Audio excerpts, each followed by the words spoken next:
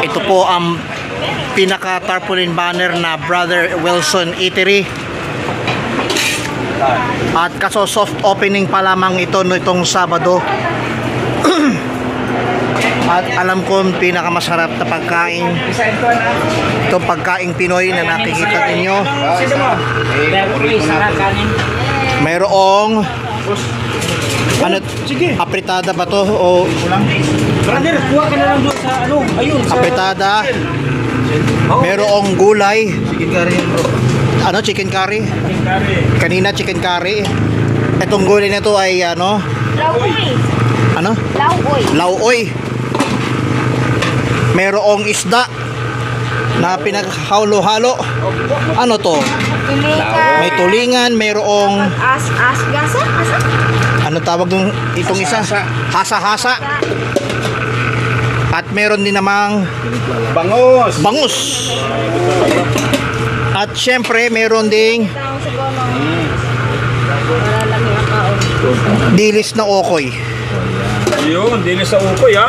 Dinis sa namiro na kanin. Sino? Ay, sikit kanino to kanin? Wala. Kay ano? Kay Chito yata. Ito naman ang tinitinda ay organic egg. Kanin lang. May saging na saba at may pakape pa. Yun, libre ang kape sa disciple ka mo. At may mga Hindi, hopya. ito, libre sa disciple ka mo. Ang kapeng niyan ay libre sa disciple. At yung sinasalang sa kalan, ang niluluto ni Kuya ay Sabaw ng lauoy yun. sabaw ng lauoy. Kumain ka na. Lauoy. Nagbabalag sige na kapag so. Ay, sa Ayan. Tayo po'y nandito sa pwesto ni Brother Wilson. Ito po'y katabi ng stall si Loren Velarde.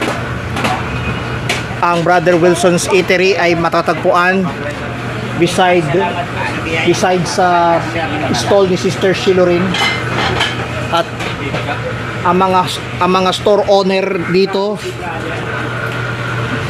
Patindi talaga sige. ang aking kinakapat si Brother Wilson at saka si Nika Yun! at ang poging nakasombrero. Ang ating cook chef. Cook chef. dadalubha sa Chef Logro. Chef Logro na yan. Ayan. Lakay, kape. Sige. Itong pinakapatok na eatery Yun. na in-establish ni Brother Wilson. Yun.